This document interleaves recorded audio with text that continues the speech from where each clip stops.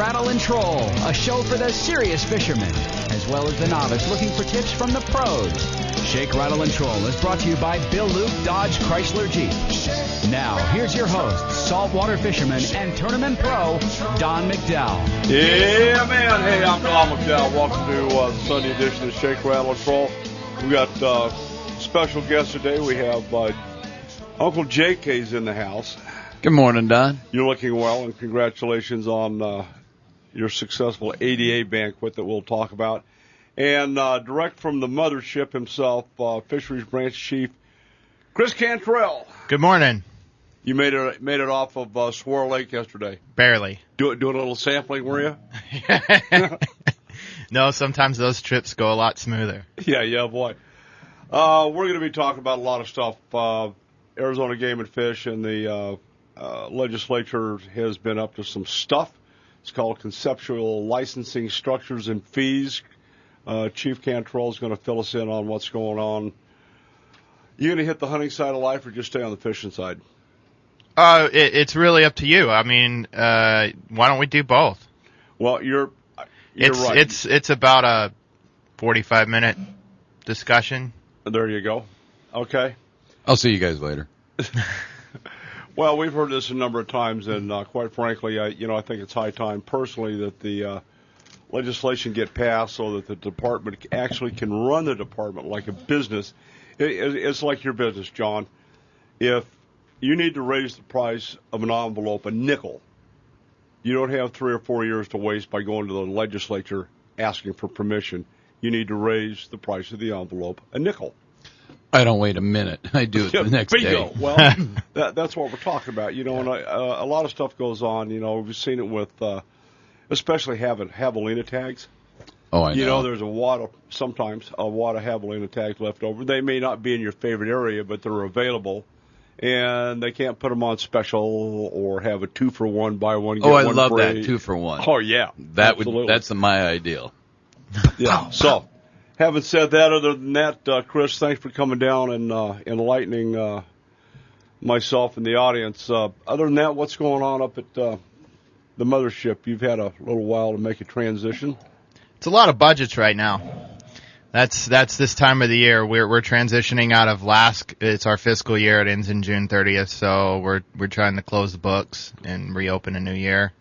Have new allocations, new projects that are going to be planned for next year.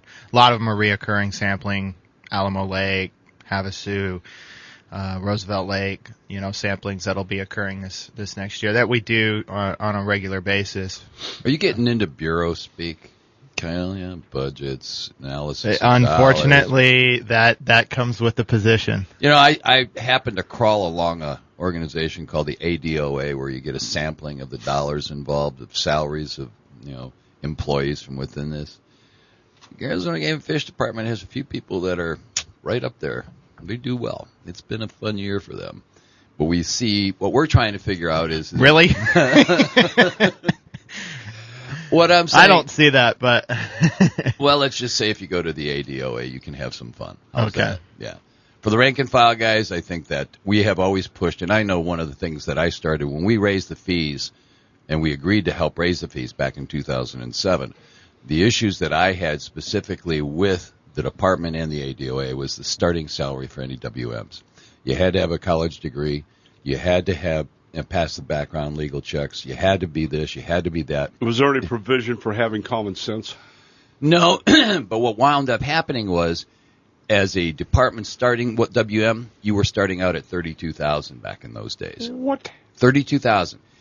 And if you were putting on another uniform called DPS, the DPS guys, they started out at $50,000. And we were losing personnel like mad because they were jumping ship just to change the uniform. I can still drive up and down the 260 from Payson to Christopher Creek, just drive a DPS truck, or rig instead of driving one of the Game and Fish ones. We fought to have that pay scale increase for the rank and file. The boots on the ground, the heart and soul of the department. Oh yeah, absolutely. And we didn't see that 30 grand big a a year, jump. and you tell me here, I want you to go into that camp of suspected poachers By yourself. No, by myself, knowing that my backup's probably 25 or 50 miles away, if that close. maybe 170, knowing they all have alcohol, loaded firearms, and I got a ticket book Mm-hmm. and some zip ties. I don't think so, John. Nope. Would you? No. I haven't. Well, Now he's down in the ivory tower. that's the mothership. Oh, you call it that, don't you? The mothership. I call it the ivory towers. Whatever. Yeah, we've got a lot of good stuff going on. We'll talk a little bit about H&M Landing. The saltwater side of life is absolutely blowing up. The yellows are still being caught. Got a communique from John Campbell, who we'll talk to on the 8 o'clock hour. The yellowtail and white sea bass derby is officially over. They are having their gala celebration. We'll get the top weights, but the good news out of John is the 50 and 80 pound bluefin tuna are at 80 miles. Whew. We're going. About time. Oh, yeah. Well, my question is, where in the world are the albacore? Yeah, where are they? They usually, all things being, you're a fish guy. Where does the albacore go? I'm an inland fish guy. They come first, and then here comes the yellowtail, here come the albacore, here come the bluefin, here come the yellowfin, here come the big eye, here come the skipjack. Game over. That's the way it always is. Last couple of years, the albacore, Not there. whack. They make a fatal mistake. They bypass San Diego, pop up Oregon, and then their next stop is Japan. Oh. And if you're related to the sushi family, that is not a safe place. No. I fished with those guys, and you can talk about Ron Schofield being anal all you want to. Let me tell you what, these Buddha head fishermen, Ooh, you do anything but a head gaff, you're done. Oh, serious? I'm serious. You got to gaff them right in the eye. You gaff any steaks, Oh, that's right. you're done. That's right. Captain will make you sit down. You will spend the rest of your time in the galley washing pots and pans.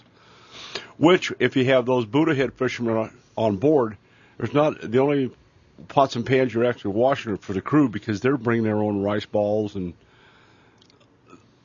can this and can that. I'm serious. These guys are on it.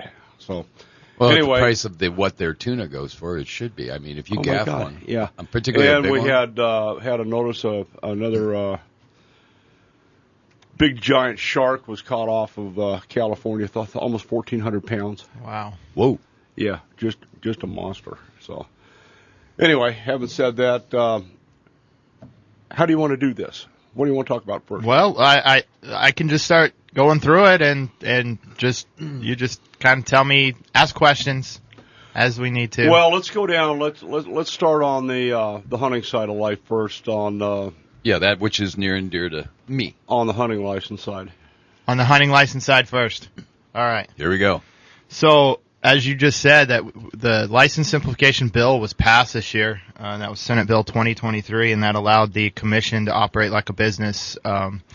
Before we wanted to raise a price. We had to go come up with the idea, get it through the department, let the commission know, have them approve it. Then we can go and try to get a legislator to Agree with it. Yeah, agree with it, adopt it, lead it, and get it through. Now, Then it would have to pass. All right, stop right there. Put that first step into perspective. How long does it take to draft, go before the department, get the blessing of the commission before you move it on? Probably 3 to 6 months. Okay. Because you would have to get input from everybody involved. Right. And so getting all of them together and scheduling.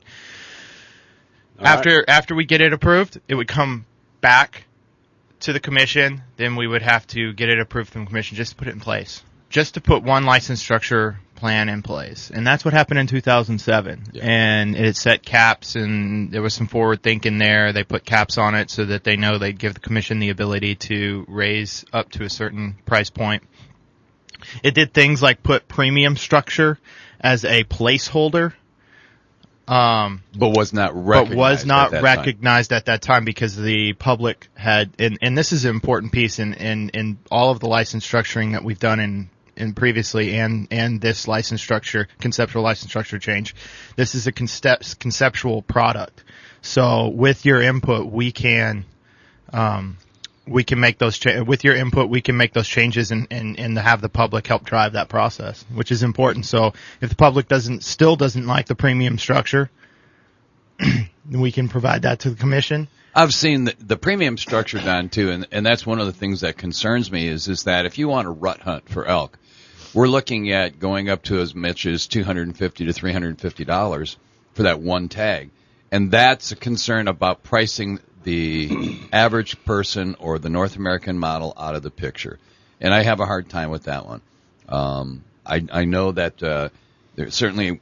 We wait longer than anybody else does for those premium tags. It's been, typically 7 to 8 years for me to get an archery bull tag because I want to hunt during the rut. If I wanted to do what we called the camping with a bow package, where you did it in November and you froze your butt off, you could probably get drawn every other third year. So there's some concerns about pricing the regular person out of that North American model of equal opportunity for all to hunt.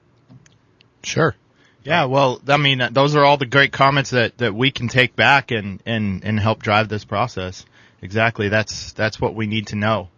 And I guess that's the point of today, on this show is trying to get this information out to folks that haven't heard about it. So this indeed, again, this is the conceptual overview as it sits right now.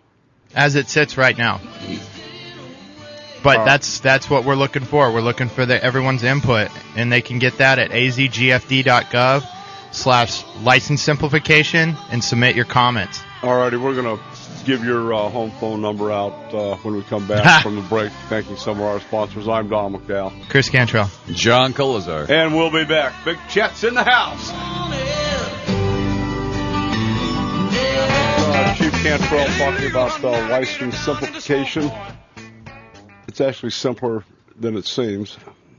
Right now it looks like it's pretty complicated, but I think we can go down through that. All right, Chief, let's talk a little bit about the hunting license regulation conceptual changes. That's right. Well, you hit it right on the head. The current structure in place to go either hunting or fishing has over 40 different combinations of license structures that we have in place. Really, I mean, when we're trying to target a customer and have them go out and go fishing or hunting, right, and they need to know what they need to have to go do that, it's really confusing. Oh, yes. We're hearing it, too, and we're listening. And I think that this structure in place, putting together 11 conceptual proposed structures, so making it real simple and packaging things together so that folks will have everything they need with one price. So on the hunting side, the conceptual license structure currently is the fee set at $32.25. It's for 1 calendar year, and it includes both small game and big game on your hunting.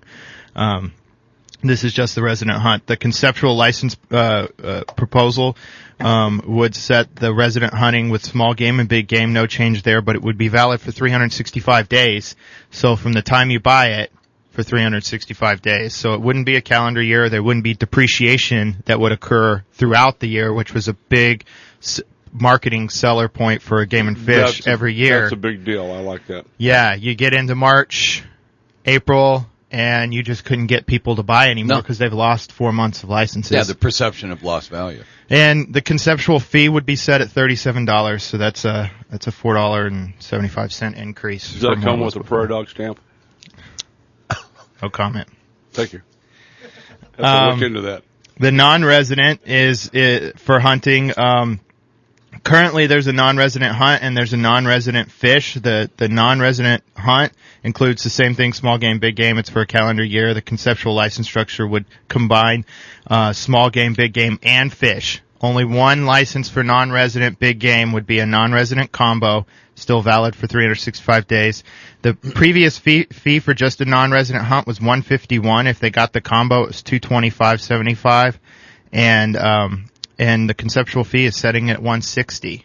The thought behind this is that we have a lot of folks that buy tags we want more people in Arizona to go fishing, and a lot of people buy tags and they just put in just for the tag structure, and if they have a fishing, and they have to buy the license in order to get the preference point. So if they have their license anyway and they have the opportunity, maybe they'll bring their family. If they didn't get drawn, they have a license in hand. It gives them a value on this as well, and they can come to Arizona and go fishing. And we're pretty excited about that. I think that conceptual structure would really benefit Arizona and on the fishing side as well. Would you like a perception here? Oh, absolutely. And again, I'm not here to justify it. We're here to get input. So, all right. My son moved away 4 years ago. Went to Portland.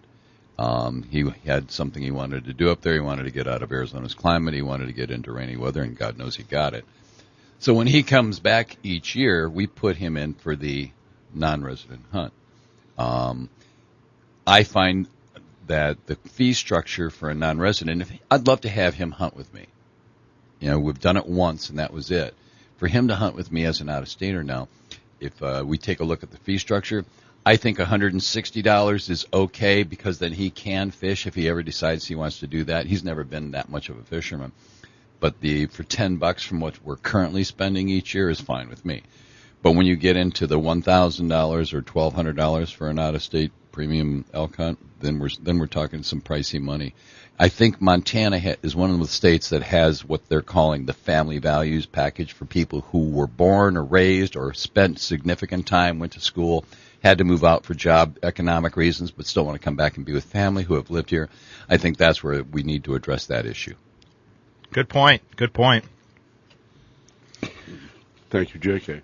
Well, one of the other non-resident hunting too is like I said, it includes the conceptual license structure will include hunt, fish, but the fishing side of things, we haven't gone over that yet. But fishing is really packaging a lot of their or all of their stamps to it. So trout stamp, two-pole stamp, their urban license, and the California, Nevada stamps all into one. And so that's what they'd see in that combo. That's a great value. Right. It really is. I mean, I was thinking about going and fishing up in Payson today.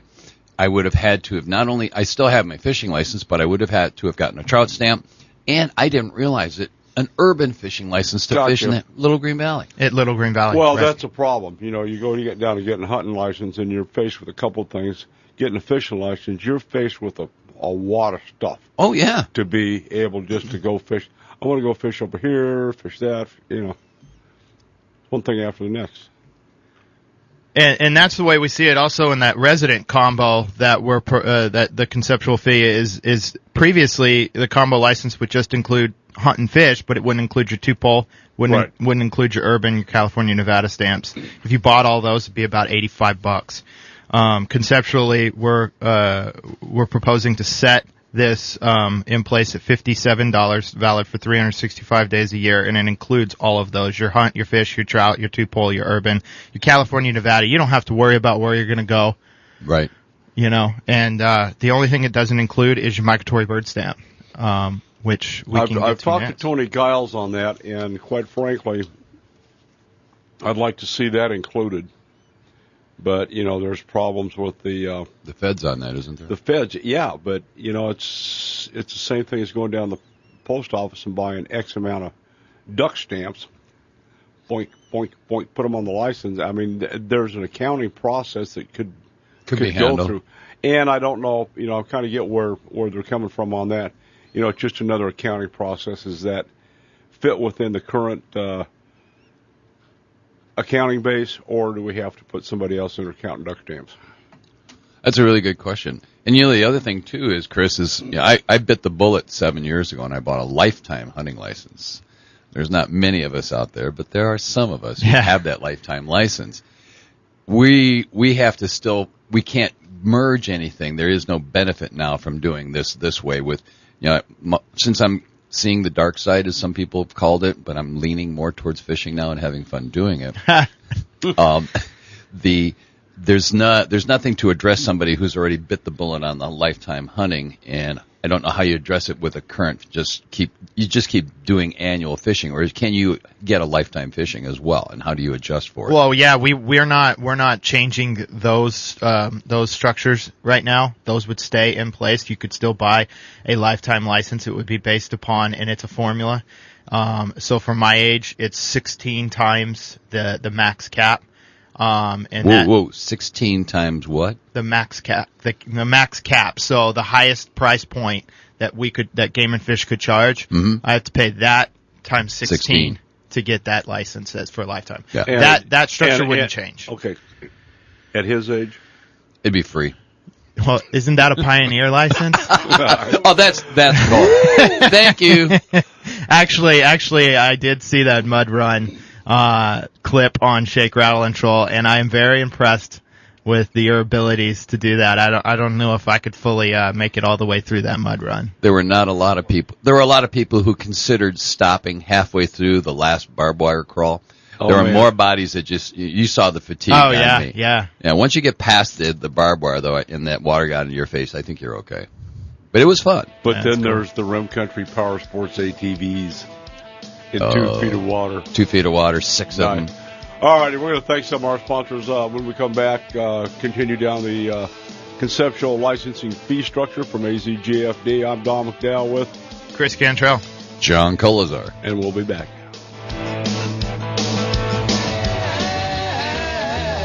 Yeah, we're damn hard to catch. Jack, yes, we are. Little John, be quick. By the way, I want to really thank you last night. Last night at the Arizona Deer Association banquet, Don McDowell was kind enough to bid on the mule deer tag that we had to auction off, and he actually took it up to $150,000. John, wow! I was scratching my ear. No, you weren't. I will give you some good, solid advice. If you're ever at an ADA banquet at the auction, do not adjust your hat. Keep your hands in your pocket. Those shirts are really paying off. Woo! Yeah. Well, that's going in the Bad Shad shirt. We're putting $1 a T-shirt in the Gizzard Shad Fund. If we can raise 250,000 Gizzard Shad T-shirts, we'd be good. Yeah, or Bad Wolf shirts. We're going to have to start another. That's a whole nother issue. Fund and a bake sale. But anyway, what I was talking about at the top of the hour, over out of Long Beach. Short fin mako shark was hooked, boated, 12 feet long, and over 1,300 pounds. A mako? Wow. Mako. Yeah. You wanted to know where the albacore didn't show up from? The makos are always there. They're migratory. They come in and out. Big though? That's a bruiser. 6-8 footers is one thing, but add 4 feet onto that. It's like. Oh, yeah. Yeah, and that was about a 2.5, 2 3/4 hour fight. And I'm telling you, you don't fight that fish standing up without having a good captain backing down on that fish. So I think that was a concerted effort, somebody going specifically after, something big like that. You've got to be geared for it. Yeah, it wasn't a group. If you're out fishing yellowtail and you even see something like that, your rod's going to snap just from the sheer sight of it. So. It's out there. It's not safe to go into the water, I'm telling you. Anywhere. I've been saying that for years. Between tsunamis and sharks, you shouldn't go out there. We're looking at a 17.5-pound snakehead caught someplace in Virginia. That is an ugly, ugly fish. They're aggressive. They will come for you. Anyway, back to you, Chief. You can pick up on the fee increase now. Oh, well, one of the major pushes is to reduce the barriers for retention and recruitment of our youth, and I think that's really important to point out that within our current structure license we had 13 definitions of youth. Yeah, 13, really? Anyway, yeah. So the current available options for youth that wanted to go hunting for combo, family, and the youth hunt was above $15, and that's pretty tough. I mean, if you got multiple kids, you're putting out some money, and so the new proposed conceptual structure would be for a resident and non-resident, would not change between the difference. It doesn't matter whether they're resident or non-resident. And the ages would be 10 through 17, and it would be valid for hunting, migratory bird, fish, trout, two-pole, urban, California, Nevada stamps, everything you need, valid for 365 days, and would be set for $5. Wow. Whoa, really? $5. $5. Youth wants to go hunting or fishing, $5. Until he's 18. Until he's 18, from 10 to 17. I don't think I care for that. If you have to shave, you're on an adult level. I'm looking at it. I understand youth retention, but seriously, nobody had to recruit me when I was a kid. My dad did not hunt, except when I was very, very young, and then the woman in charge of domestic tranquility outlawed weapons in the house, and that was the last we ever saw of them. And I participated because I wanted to, and I happened to live in a rural area. But $5 with chickens. Yeah, chickens are part of my breeding. You know, with gypsies, you have to have chickens, chickens and children. That's all we have to worry about. Don't go there. So, but I mean, $5. I mean, even 10 is that's not a bad deal. I mean, these kids spend $5 just looking through a McDonald's drive-in. I know, but here's where he's talking about. I've got my son, right, Hunter, outdoorsman. We have 5 grandkids that are all at the age of what we're talking about. 10 to 17. Yeah, 13. 10 to 13. Yeah, 9 to 13. So by the time you start adding up what he's faced with, each one of their hunting tags, 2 of them have to go through. So now it'd just be $25 for the 5 of them. 5 of his grandkids. Well, on top of that, they've got to go through the hunter safety course also. And I like the online, but I'm telling you, there's nothing, and that's a good one. And I suggest take the online course, but take the kids to the next step. Put them in a youth camp for 2 days in the field, and get it done right. Woody Farnsworth at Youth Outdoors Unlimited has got a hell of a good camp. So. Yeah, for bringing the kids in and giving them their hunter ed. Yeah, we put Mason through that. Put him through the online, then took him out in the woods for a couple days, and he gets it. That's the key, is does he get it? And I don't know how you can get the hands-on privilege online going, ooh, yeah, pow. No, it doesn't work. Anyway, back to you, That's Chief. good points. The next conceptual structure I want to talk about is the short-term one-day combinations, and this is for folks that are just getting into it, want to try it, and want to buy, maybe coming in from out of state. We currently have a hunt, and we have a 3-day. We have a 3-day hunt and a 1-day fish, and a 1-day fish for non-residents, and they're set between $16, $17 for fish. And non-resident 3-day hunt was about $61 for a 3-day hunt. And the conceptual structure would just make it a 1-day hunt. You can choose the number of days, what days you want, but resident would be a hunt fish combo, $16, and non-resident would be set at $20. So you choose the days you want. It's very similar to what we saw before. Pricing structure, it's actually gone down a little bit for hunting. So you're comboing both hunting and fishing and putting it on a 1-day cycle. You can buy as many days as you want. Right. All right, and it's $16 a day. 16 for residents, 20 for non-residents per day. And so it would take about... You got to do that from December 6th through the 8th. It would take about 4 days for a resident to reach. Then it would be advantageous for them to buy the combo. Sure. Right. At that point, the statewide license, and a non-resident would take up to 8 days. So I think it's about set somewhere around that. Here's my thought on that, and that is that I understand people may want to hunt and or fish in the state of Arizona and try it, but you're not. I don't think you have time in 1 day to hunt and fish, to do it appropriately or try and learn. I want to try hunting, small game hunting. Prairie dogs. Prairie dogs, good idea. Or squirrels. You're going to go out, you're going to spend that day doing it. You're not going to go, okay, we're going to do that until 2 o'clock, and then from 2 o'clock on, we're going to drive to this lake, and we're going to convert everything we've been doing all day long. We're going to fish the rest of the day. I want to go. That sounds fun. Well, you and I could do that because we're dumb enough to do that and have fun doing it too. But I'm somebody who's, quote, trying it for the first time. So are you suggesting splitting those out? Yep. Okay. I can take those comments forward. Yeah. I just don't see somebody trying to do hunting and fishing if they've never done either and they want to just try it for once. Well, I think there needs to be an option because you have the ability to do this and that, and you never know. That's true. It's like going back to Alabama. You did everything. Hunt, fish, Waffle House, No, gravy. that I understand. Yeah. That I understand with him doing that when he went back to Alabama. So he would pay $20 a day to hunt and fish, and he could do both. We did. Yeah. That I understand, but that's not somebody just quote unquote trying to get into it. You know what you're getting. You would. I had no idea what I was getting myself that's true. into. I saw where that Ultima was parked. I don't know how you did that. Yeah, man. Yeah, Mavis is still sending me bills. Yeah, I don't doubt it. Clean off on the undercarriage of that beast. Yeah, they're concerned about smoking cigarettes inside the car. That's not your big issue, folks. They don't tell you don't take it off road. Yeah, he did 4-wheel driving on an Ultima. Yeah. Okay. Well, that covers it for the hunting side.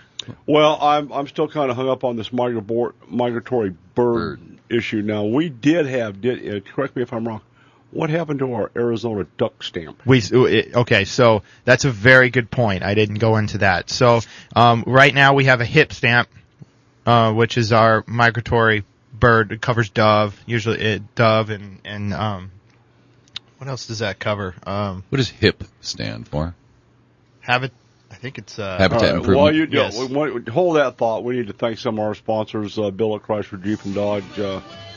Still have a lot of good stuff. Check them out. I-17 and West Camelback Road. Yep, since 1927. We'll be back. All right, we're back.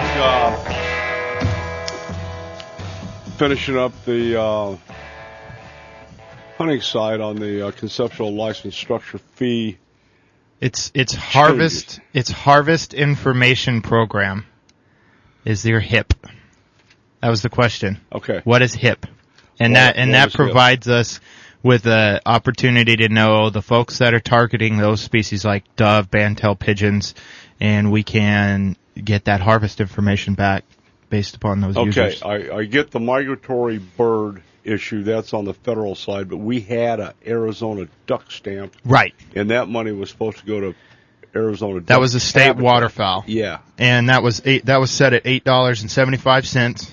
Where is it now? Well, the conceptual structure would put both residents and non-residents in the same thing. It's a stamp you buy, so it wouldn't split those out. But it would cover migratory birds, waterfowl, and it would not be required for youth. So conceptually, they're planning on setting that at $5.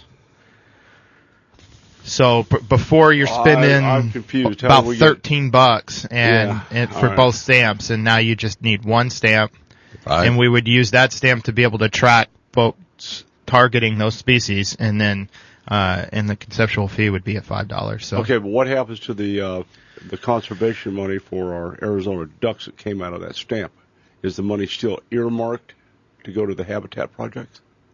I would assume that it would be, yeah, absolutely. And that's the way across the board. Even the California, Nevada stamps for fishing side of things too. I mean, we would still appropriate the money towards putting it back towards the work that's done and just out of curiosity, I know you're a fish guy, but John, you may know this.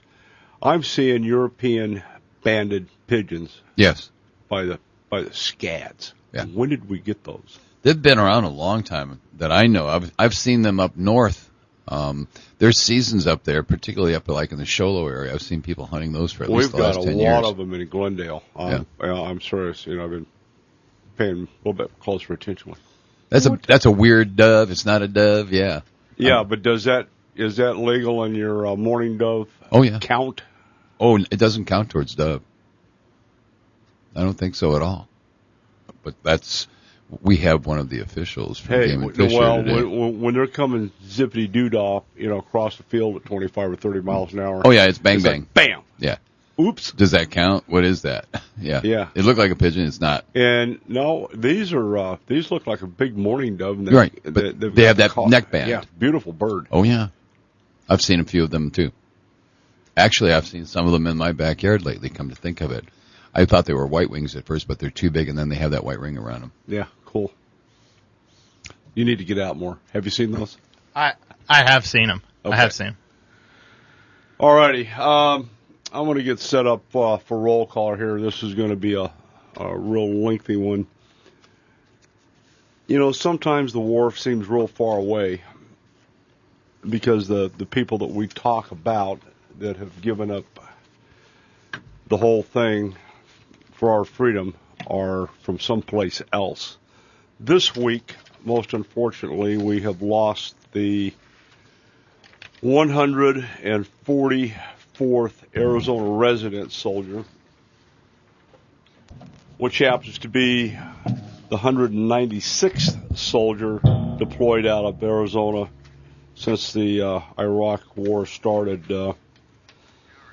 We've got 8 on roll call today. And, John, you want to lead us off? Sure. Army Staff Sergeant Joe A. Nunez Rodriguez died May 30th, 2013, serving during Operation Enduring Freedom. He's 29 years old of Pasadena, Texas.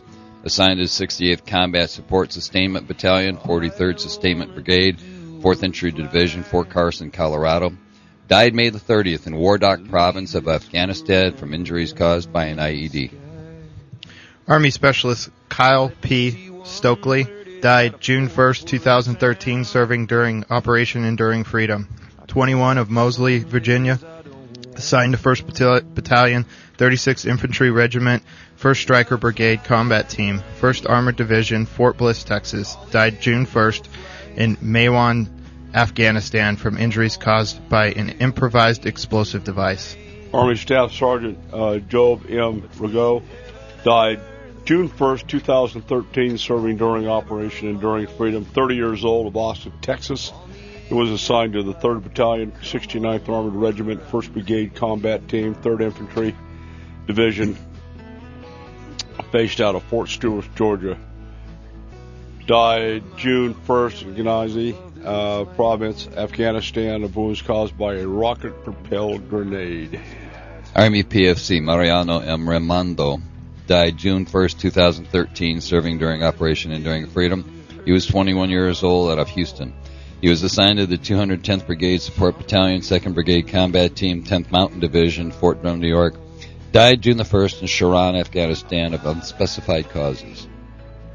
Army Specialist Ray A. Ramirez died June 1st, 2013, serving during Operation Enduring Freedom. 20 of Sacramento, California, assigned to 3rd Battalion, 15th Infantry Regiment, 4th Infantry Brigade Combat Team, 3rd Infantry Division, Fort Stewart, Georgia. Died June 1st in Wardak Province, Afghanistan, from injuries caused by an improvised explosive device.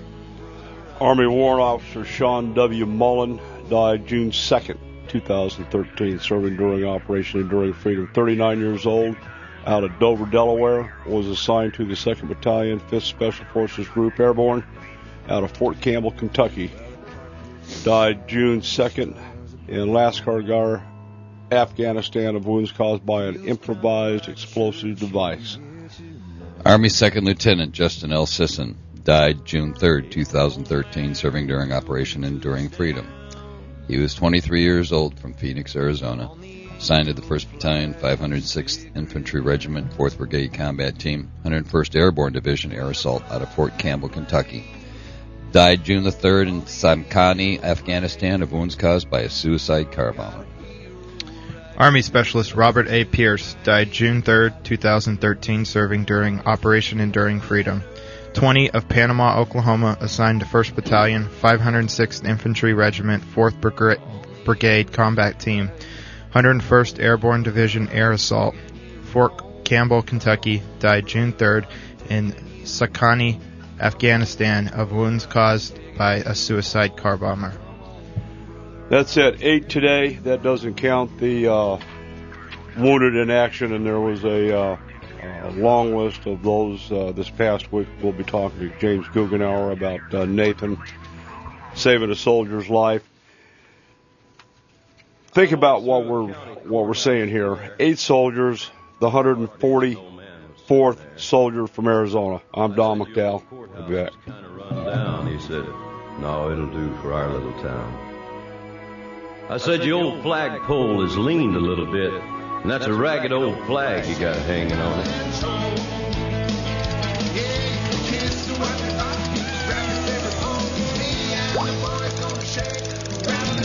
It's time for Shake, Rattle, and Troll, a show for the serious fisherman, as well as the novice looking for tips from the pros. Shake, Rattle, and Troll is brought to you by Bill Luke Dodge Chrysler Jeep. Now, here's your host, saltwater fisherman and tournament pro, Don McDowell. All right, hey, thanks for joining the second hour of Shake, Rattle, and Troll. We're learning a lot of conceptual information that may become reality. Fisheries Branch Chief Chris Cantrell is in the house, along with Vice President of the ADA that has a brand new Savage 22-250.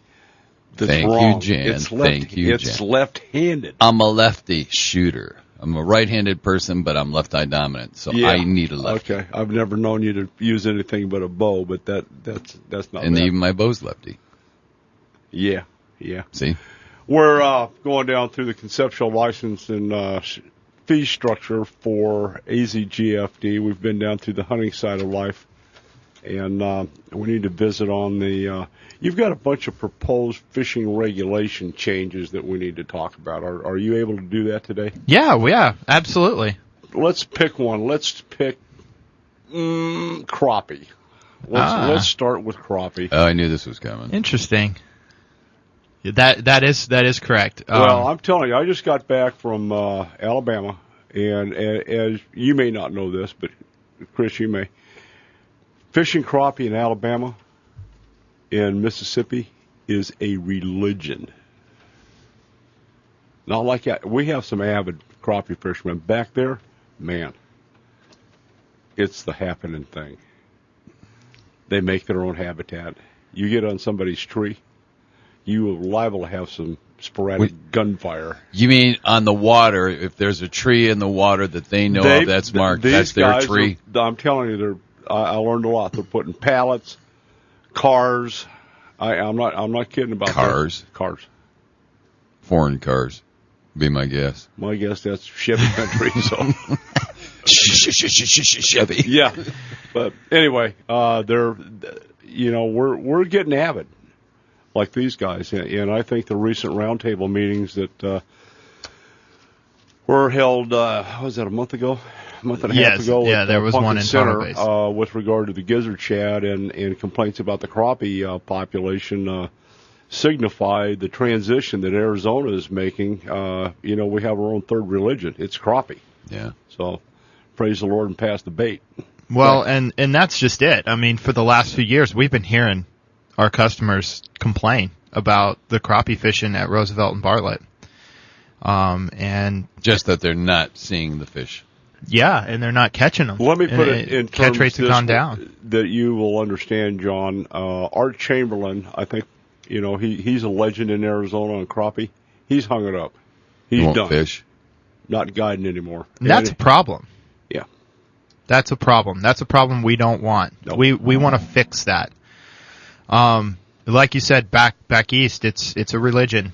And if you look at those places that have good crappie populations, they have regulations set on them.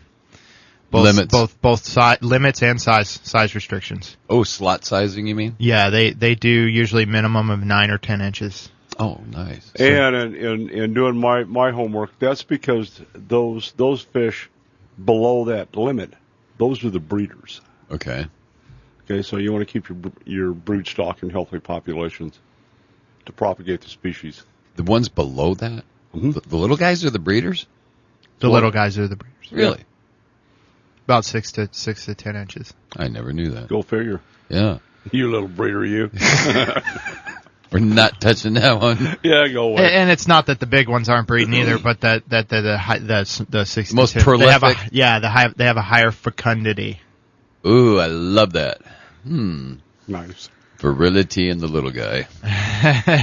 But all right, so looking at that and looking at some of the information, some of the best information we had on our lakes at Roosevelt and Bartlett was our creel. That's people coming off the water and seeing what they had in their bag and how many they were taking and how long they fished. And what we were looking at was that 60% of our fish that are being caught, crappie that are being caught, are being removed from the lake. 60%. 60%. Released to over the grease. 60%. It's like 67 and 64%, I think, at Bartlett and 67 in Roosevelt. Well, you've never had a limit on crappie, have No, you? it's unlimited right now. I mean, sooner or later you are going to hit. There are people who camp out there all winter long. I'm sure they subsist solely on that. Well, there's a number of speakers at that Pumpkin Center roundtable meeting were winter visitors. That's what they come here for. I understand. And a number of them are going, we're not doing this anymore because crappie fishing isn't what it used to be. It stinks. Sucks. Well, Whatever. seems to me we just put a limit on them then. Well, and that's one of the proposed regulation changes that we want to bring forward to the Commission in September. Between now and September, we're going to be getting comments on about 11 proposed regulation changes. This is one of them. At Roosevelt and Bartlett, we're looking at setting the limit from unlimited to 15 per day. Is that going to cause heart? I mean, I'm not familiar with this religion called, crappie, but you tell me, is this going to cause heartburn by the guys who are taking off 40 and 50 a day? I don't think so. My perception, we've got to give credit where credit's due, and I hack on the anglership across the board only because they bitch, moan, and complain and don't really want to get engaged to go to a roundtable meeting. These guys came to the roundtable meeting. I mean, there was twice as many people there as I expected. How about yourself? Well, and yeah, I'm impressed because I tried to hold roundtable meetings for 3.5 years, and I'd get around 12 to 15 people there, and I would post these things everywhere, fly it out, try to get as many people. We even had Bass Pro gift cards giving away to get people there. 15 people. Because of the issues that we're seeing at Roosevelt Lake, 40 people showed up in Tonto Basin. This isn't even in the valley. Yeah, I was going to say Tonto Basin. And they 40 people. They wanted to talk. And we're hearing it. And so, yeah, that's really important piece. I mean, I know some folks have a negative perception of Game and Fish, but because we're a government agency, but we work for the public. And like I said earlier, we don't get general tax dollars. We have to run this thing like a business. We have to listen to our customers, and we have to make changes based on customer demand. I don't think there's a dislike for the department. I think sometimes, just as I'm not an average guy in terms of the department, though. That doesn't qualify. No, I think there's a gross misunderstanding of just exactly what they do, and I've said it 100 times on this program. I wish that Joe the plumber or the average citizen could know the people, not the agency, but right, the people that we work with, and see the commitment and the amount of effort that goes into keeping this a solid state. And that's from the WMs, the biologists. Chris just was one of those. I mean, it's not my job. This is what I do. Mm-hmm. And it's what I live for. I thought I'm glad to see him in a chief position because now we don't have to rename Roosevelt Lake Cantrell Reservoir. Yeah. So. Okay. Hold that thought. We've got our buddy Rick over at H&M Landing. Rick, what's happening? Hey, man, it is busting wide open. I am hearing... Bluefin have moved up. Yes! Within 50 to 80 miles. Almost all the boats got at least one. They're big fish, 50 to 150-pound fish. Oh, my gosh. Oh. And nice thing about it, those guys are getting creamed on those things. There's under every kelp patty, there's good yellowtail fish. Oh, man. I saw some 30-pound fish pulled off those patties today, and lots of them. We just talked to Pat on the Sea Adventure 2. He's out there right now fishing kelp patty just on a one-day trip. Is that one of Taft's boats? Uh-huh. Nice. Called in at 8:30 with 47 yellowtail already. Oh, no. Man. And he had to hang up because he was going to, there's a school of bluefin, and he thought he saw some albacore mixed in that he's going to go roll up on. I said, call me back when you catch them, because it doesn't count until they're on the deck. But, I talked to two boats out there yesterday. Both of them hung every rod on the boat with a bluefin, and they each got like one fish out of the whole bunch. Wow. Fish were so you guys weren't prepared for it. No, they weren't prepared, or they just didn't have heavy enough gear out there. Exactly. No, you exactly. hook on, no. And the adrenaline, Wow. Oh, yeah. you hook with the first one of those, and every Snap. mistake you can think of, you make. But they're beautiful fish. The yellowtail fish is good. Inshore fishing's been good. The weather's nice and cool. There's no reason to stay home. Right now, I can't think of one. Nope, fishing is good, and it's not hard to do. It's overnight boats, day-and-a-half boats are just whacking them. We got 2 3.5-day boats coming out this week on the Top Gun 80 and the Ocean Odyssey. We get enough people for those boats; those guys are going to have a trip of a lifetime. Yeah, man. Just really good fishing. I almost hate all the guys dropped off their stuff for me to fix. I'm probably going to have to finish fixing all the reels and rods this weekend. and I might miss this week of fishing, but I almost feel like telling them to fix their own and Yeah, going for it. yeah, absolutely.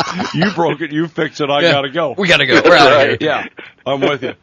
All right, guys, that's the news flash we were waiting for. H&M Landing, hmlanding.com, or you can make a reservation at 619-222-1144. Rick, there was rumors and news flash of a short fin mako, 12-foot long, over 1,300 pounds caught. What do you know about that? Yeah, that was caught up in L.A. You know, they see every few years you get some of those fish, but yeah, it was a 1,300-pound fish, great big female, and they caught it last week. Wow. The beast. It was a beast. Yeah, it was. All right, man, thanks. You have a great day and good report. We'll get this up on our website and be over to see you. It's time, Good. guys. Come out. It's time to go. All right, Rick over at H&M Landing. Good job. There you go, JK. Come on, we gotta go. Now. Okay. I'm done. I'm ready. All I got to do is Chris, handle the rest of the show. We're out of here. Yeah, buddy. You got to grab your 22-250. Let's go. I can shoot mako sharks with that sucker. All right. But anyway, back to you, Chief. Okay, we're going to limit crappie. What about possession? Well, and that's another How many proposed. can I have in the freezer? There's another proposed regulation change, and this is something we've been hearing from the customers for years as well, that currently our fishing possession limit is the same as the daily bag. So whatever you get for your daily limit, that's your possession limit. You can't have any more at home in your freezer at camp. What? You have to consume those to go fishing again. And if you look at some of the other western state comparisons like Colorado for trout, you can take 2 times your daily bag. And so you're allowed to go out and go fishing another day. If you've had a successful bag that day and you've got your limit, you can go out fishing again and get another bag before you have to consume that game meat. And so that is one of the proposed regulation changes, is that we make the possession limit across the board for statewide and special regulation waters 2 times the daily bag at those waters. All right, 2 times I can understand. I mean, otherwise you're going to start having the freezer police are going to start going around checking to see what you got all the time. Kenny Dinkwell. I cannot see him being a freezer cop. I'll tell you what, if I were to turn Patrick in for being a fish hog, he'd get a visit. You would, wouldn't you? Yeah. Kenny D likes that stuff. Yeah, I think Kenny would write up his own uncle. Yeah, all righty, having said that, when we come back, we're going to finish up with, okay, you had 12, we've got 11 more regulations, or 10. Yeah, 10. All right. What he said. Hang with us, we'll be back. Grease your reels, man. The albacore and the bluefin are here. All right, we're back. Back to you, Chief, on, okay, we've done the crappie. We've got 15 and then twice the daily for your freezer possession and consumption use. What's next? Well, there's a couple of interesting ones that it's not the usual techniques that people would use. These are public driven proposals. That means our customers came to us and said, "Hey, we'd like this opportunity."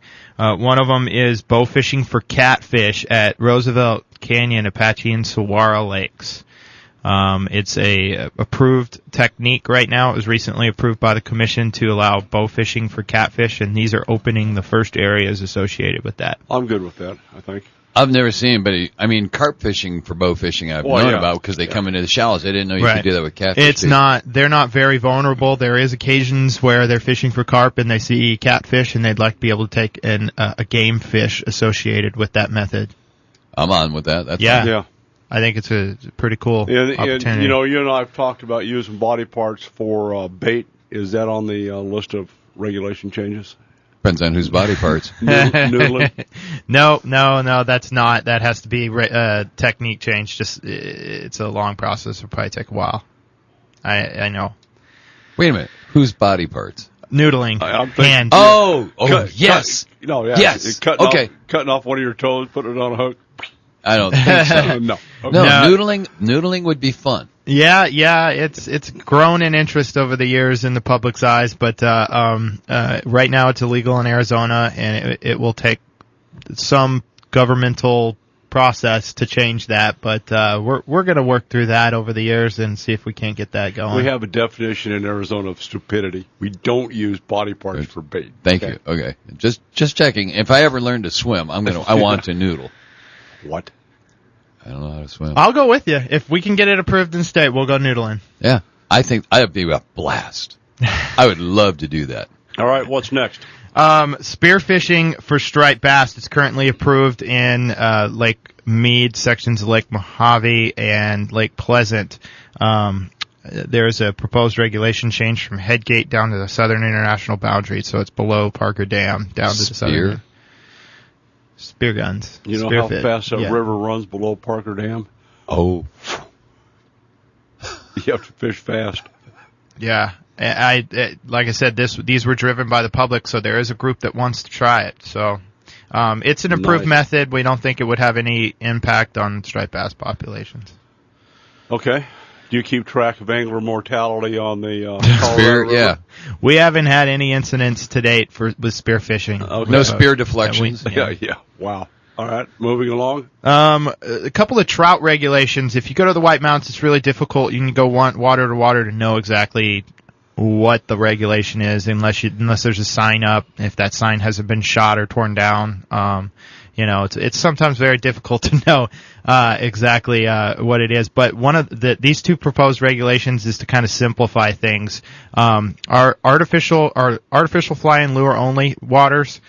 Some of them have barbless hooks, some of them have single barbless hooks, some of them don't have any of that, but they're catch and release at some of those waters. It's like Becker Lake up in Springerville. Right, Becker Lake is catch and release, single barbless hook. Right.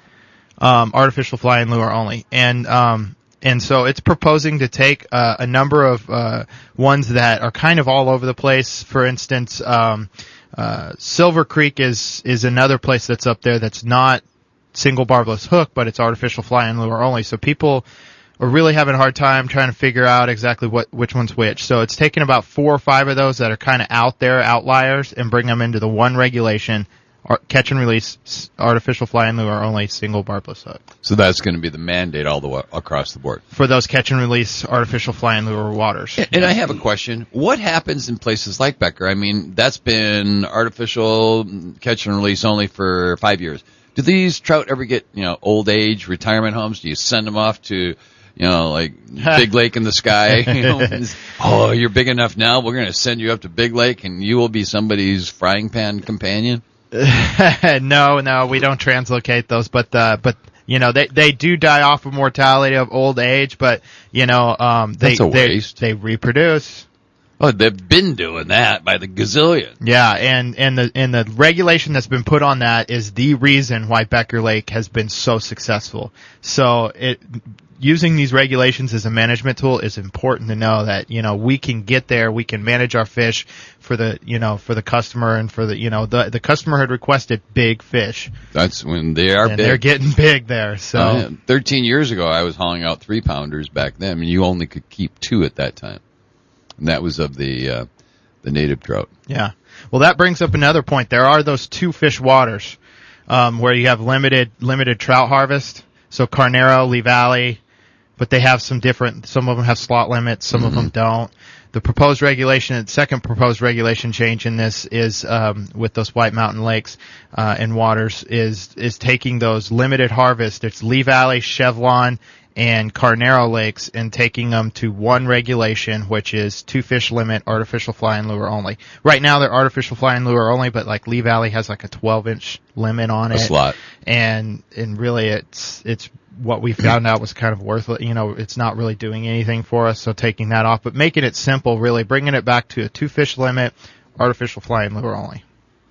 Makes all the sense in the world to me. You can still use treble hooks. You can still use barbs at those. They are meant to have a limited harvest and still grow really good fish. Okay. Simple. Next. Let's see. Goldwater Lake. Has anybody been to Goldwater? It's up near Prescott. Yes. We are having trouble growing our bass or getting recruitment on bass in that lake. And we've stocked. 2009 we stocked again, and they went back this last year, found like 3 largemouth bass. Why? Bass are at $16 a pound. Well, we're thinking there may be some harvest, maybe it may be mortality issue. There's a lot of crayfish that are in there too. That may be affecting our recruitment. But because we're not getting our bass, those crayfish and green sunfish populations have exploded in that lake too. Absolutely. So we're going to go back in, we're going to translocate, we're going to restock that lake, and we want to protect those largemouth bass. Right now, it's a statewide limit of 6 largemouth bass you can take out of that. We're proposing to put 1 largemouth bass greater than 13 inches that you can take. So a very limited harvest on that until we can get recruitment, reproduction and recruitment going on that largemouth bass population. So, okay. There's a couple of other ones. White Aimer is right now unlimited in the state. People pay a lot of money to keep white Aimer in their canals and their golf course ponds. And why? They're cleaners. They're called the aquatic cow. They go through and they eat the vegetation, and they keep that heavy vegetated area out and help control that and maintain those ponds. So the proposal is to take that from unlimited down to 1 fish greater than 30 inches. Still allows people to harvest a fish, and there are some big fish associated with white Aimers. I was going to say, one limit of 30 inches or greater. That's pretty good. Yeah, they get really big. Boys. But we need to protect those fish that are being paid that are very expensive. They're about $25 a fish, so they're expensive. And that's a small fish. Can we get into why we don't have warm water fisheries in the state of Arizona at some point in this conversation, too, when we come back? Yeah, probably after Guggenauer. And We have a room country fishing report coming up. So, anything else quickly? $25 a fish? Yeah. Yeah. How big are And they then when you buy them? and then a $250 license that we have to permit for the public for those. We permit those. We have to make sure that those fish don't get out into the waters and have an impact to eating vegetation and we wouldn't. the natural Any landscape. idea what would happen if they got loose? Oh my, there'd be no food for anything. Well, if you want to get an idea of what some of these things are doing, Google the Asian carp issue in Illinois. You will sit there in awe. You won't believe what you're seeing. Really, what are they doing? They're everywhere. Everywhere, eating everything. And they're headed into the Great Lakes system. Oh, that's not good. It's a bad thing. And, but these aren't Asian carp, though. I know, but it's just another invasive species. I'm saying if they got loose. So, anyway, having said that, when we come back, we're going to do the Rim Country Custom Fishing Rod Rim Country Report with our master rod builder, James Guggenauer. And I am sitting here collaborating with John Colazar. Chris Cantrell. Yeah, the Chief. We'll be right back.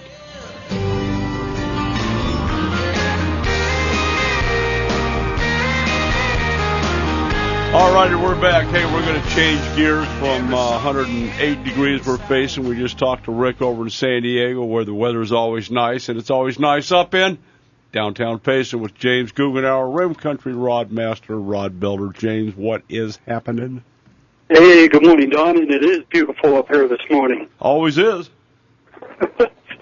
It was about 59 degrees this morning, and we get up to the low 90s. So everybody in the valley load up and come to Payson. It's a great place. Nice.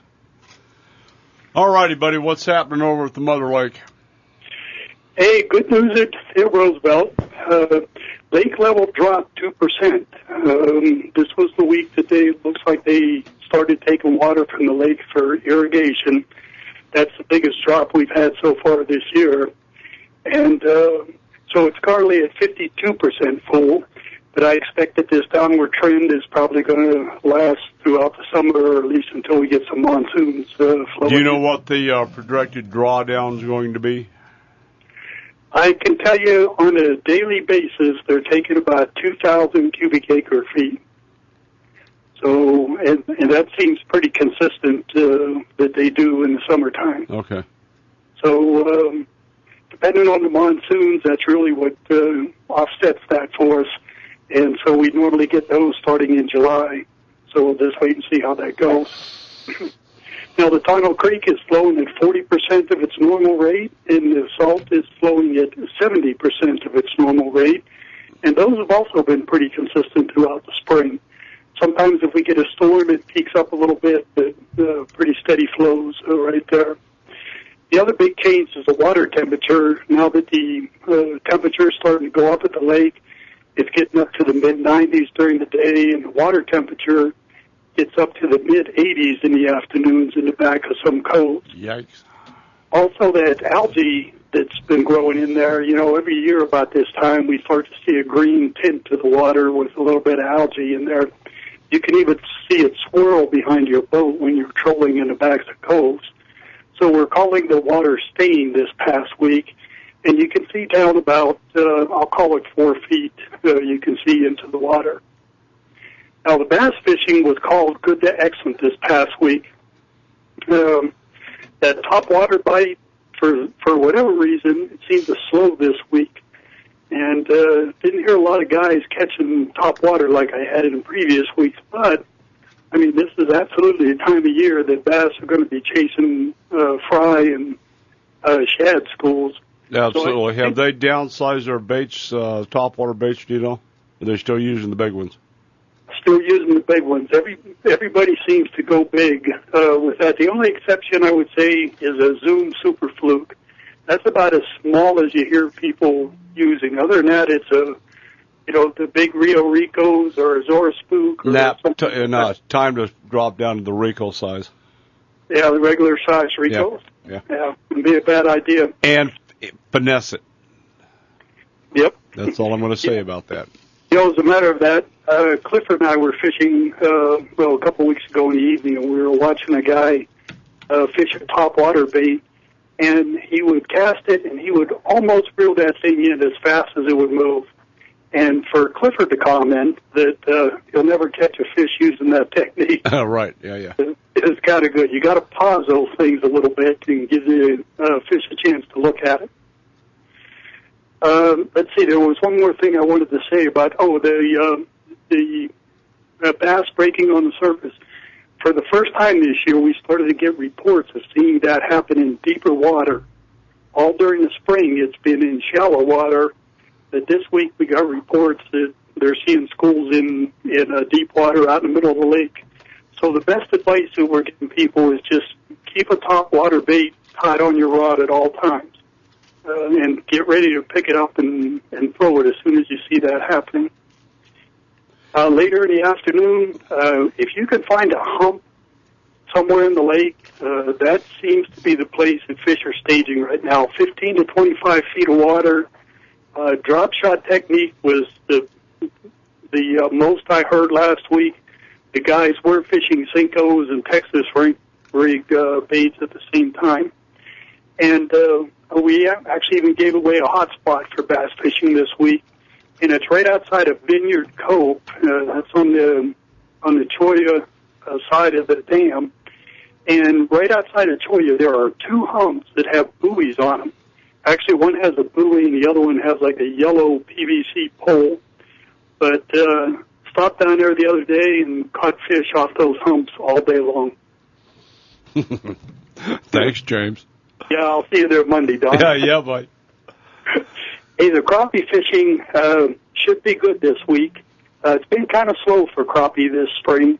We have a new moon Saturday night, so the crappie lights the guys like to use, there always seems to be best results using those crappie lights. This would be a good week to be using them, and that will attract the bait fish, which will bring the crappie into range. And if you're fishing at night for crappie, live minnows is the only bait to use. 2 hot spots reported will be around the marina area and in the back of Sally Mae Cove.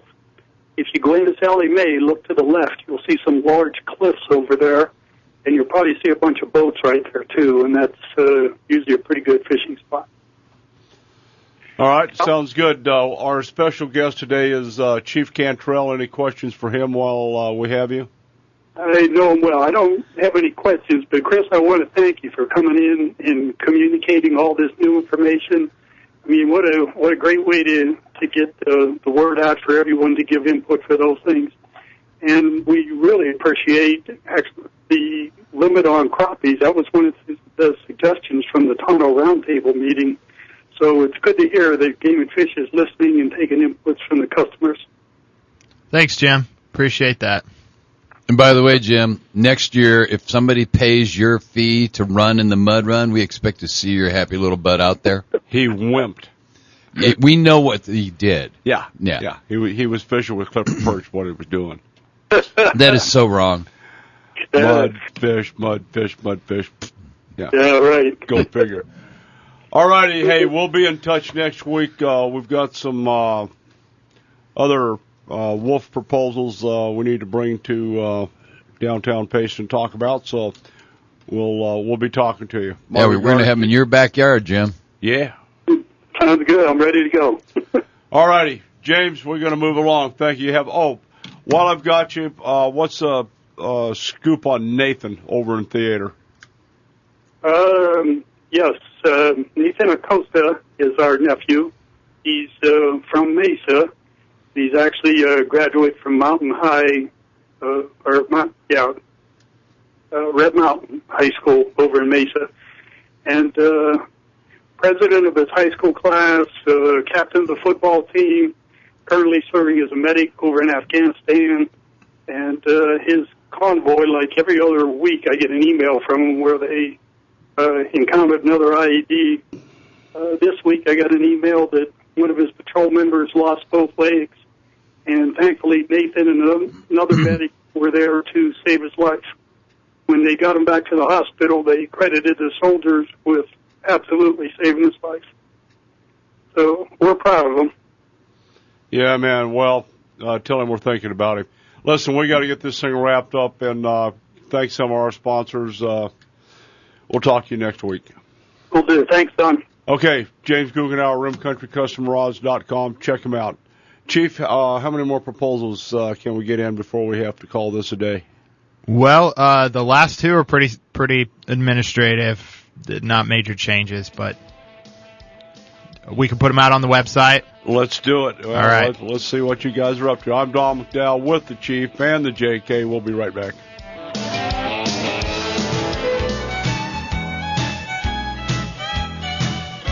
All righty, we're back. Chief Cantrell, you've got a couple more things, giving out an awful lot of information. What else can you share with us? Well, like I said, there's some changes going on with license structures, and this next proposal is kind of tying into that.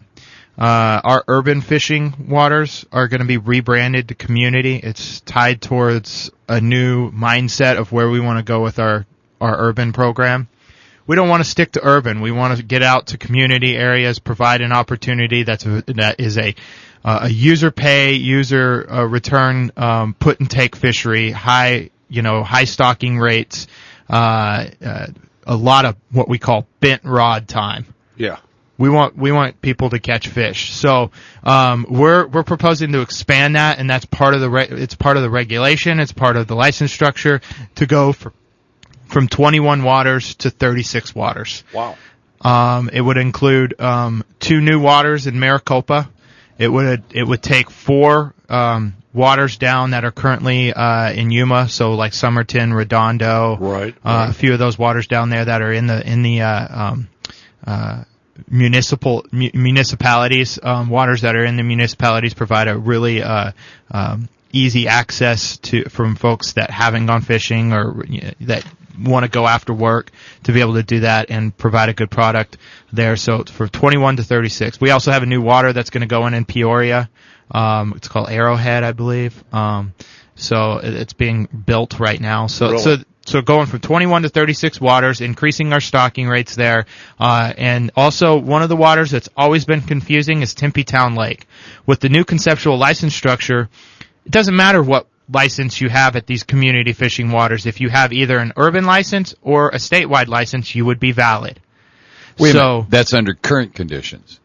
No, under current conditions, you need an urban license to fish these waters. Okay. Except Tempe Town Lake. So with wait a minute. You don't have to have one for Tempe Town Lake? You don't. Tempe Town Lake is currently a statewide water. See, this is the problem. It's kind of confusing. It seems like it fits the model of a community fishing water. It does. But it's not. It's a statewide water. And so what we're proposing is to great. All this time Tempe I've Town not Lake. Fished it because I thought it needed an urban fishing stamp. Exactly. And so what we want to do is, because the conceptual license structure would allow any licensed fisherman to fish these waters. There we go. Making Tempe Town Lake a community fishing water just makes it It's part of the rest of us. Exactly. Yeah, it is. Okay. So, and that's why I said it's kind of administrative. It really wouldn't change what we're doing there. Yeah. So they kind of tie hand in hand with what we were talking about earlier. What's the time frames for doing all this by? All of it by January. The conceptual license structure will go in front of the commission for final read, based on everyone's input in August. So they have, we're doing all of these public meetings, all of the fishing groups and the hunting groups, meetings and getting everyone's input. And we're providing all of that to the commission, and they'll make a final decision in August. The regulation stuff will go in September, and all of it will be put in place January 1st, 2014. Okay, so we all start off the same door path. Bingo. Yep. Yeah. That was the goal. That's Okay. why there's a lot coming at you today. It's okay. And then Okay, the next John, month. you had posed a question. I don't know if you want to go there on warm water fisheries. Yeah, why don't we have any? What do you mean? In terms of a breeding Hatcheries. population. Yeah, hatchery for warm water. Well, good question. We only have one place in the state where we could do it. And at one point it wasn't cost effective and it moved towards contracts. And so right now that's completely solely based on reclamation uses Bubbling Ponds Hatchery for, putting out their commitments to a threatened and endangered species. They contract us to build them there. At one point, it wasn't cost effective for us to do that, so we bought all of our fish from out of state. Right now, we have contractors from Arkansas. Mr. Fish is our vendor, and we call him. His name's Mr. Fish. He provides a great quality product for our community fishing and our warm water stockings, and we buy our bass and our catfish. And The only problem with those bass is they don't have a full set of teeth. Yeah, the individual, they brush a tooth.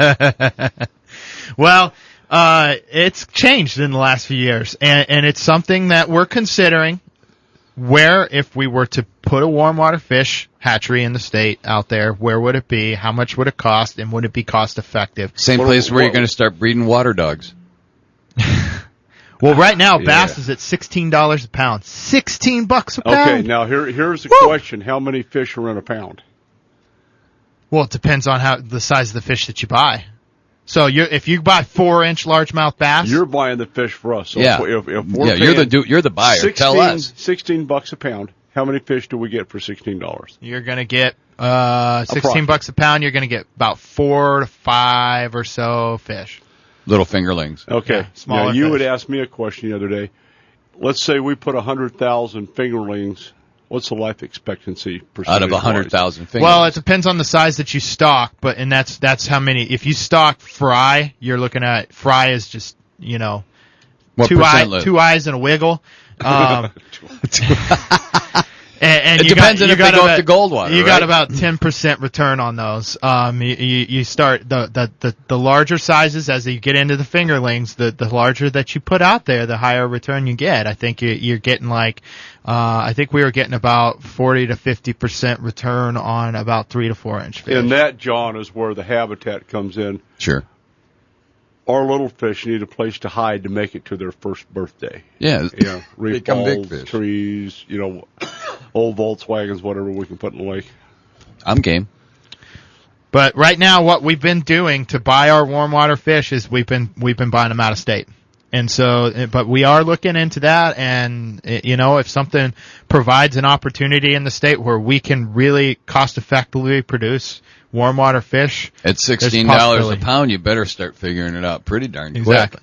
And that's part of the reason, like you said earlier, You get red snapper for $8.99. with the conceptual license structure, our fees have gone up 44% for warm water fish. 44% since 2006, and we didn't raise prices then. And so now we have to, in order for us to provide the same product we're putting on the landscape now, we have to raise prices. All right, let's couple more real fast ones. What are we doing about gizzard in genetic testing?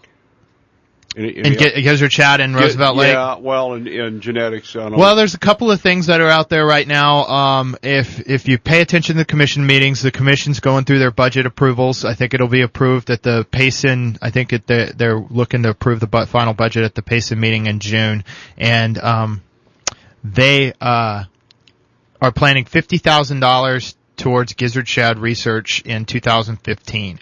So there'll be some dedicated funds to doing some work out there, and so we're looking at all of our options to see what the best opportunities there are.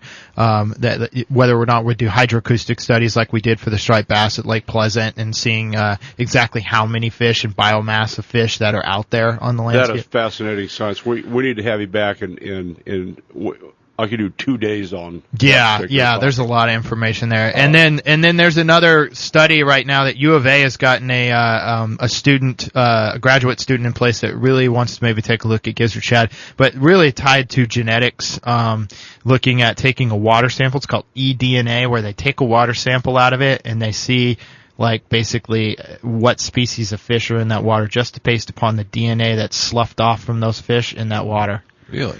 Oh, yeah, this pretty is interesting stuff. What I learned on CSI right here. But they even further, they want to look at whether or not the biomass, if they can determine biomass based on those speciation just by the amount of DNA that's in there. So it's really interesting stuff.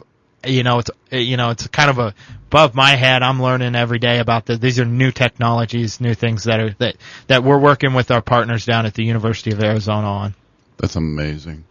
Well, I recall sitting here with then Chief Riley talking about golden alga, and why we didn't find it is because prior to that they didn't have the technology to catch it. And now we're talking. I mean, we've that's been on old the air stuff now. 13 years, and that was 8 years ago, let's say. And now we're talking about figuring out who's in the water just by sampling the water. That's amazing. The advances technologically in the last 20 years outdistance what we did in the previous 300. Oh, yeah. It's awesome. Well, there's literally, Chris, there's not a week that goes by. We're inundated with emails. What about this? What about that? And we just got one on a smart gun. Oh, the smart gun's cool. Also, by the way, you can go to Verizon now and buy your own drone for $399. Yeah, but, the commission won't let us use it for aerial surveys. Who said it's an aerial survey? I just wanted to see if I could fly the sucker. Over 6B? Yeah. Yeah. Or 3A, 3C, right along the res boundary. With a high-resolution camera attached. HD camera? Yeah. I don't even want to know. Some of this stuff is, and this is where you guys as a department, who's staying up on the technological advances? Yeah, who's going to watch the hunting, watchers? Shooting, flying, spying, all this stuff. That's a challenge. That's a challenge for us to try to keep up with this. Not only that, but you should be on the leading edge of it. I know we pay for helicopter and airplane time. You guys are having a lecture. I want to thank everybody for listening. Chief, God love you. You're doing a heck of a job and come a long way in a very short time, taking care of our waterways. I'd like to have you come back, JK. Be careful with that 22-250. Yeah, I will. Thank you, Don. I'm Don McDowell. Check out the AZGFT for more information on the conceptual licensing changes. Take the kids fishing, hug your bass boat, salute a soldier. Some like to rock, some like to roll. Me and the boys like to shake, rattle, and troll.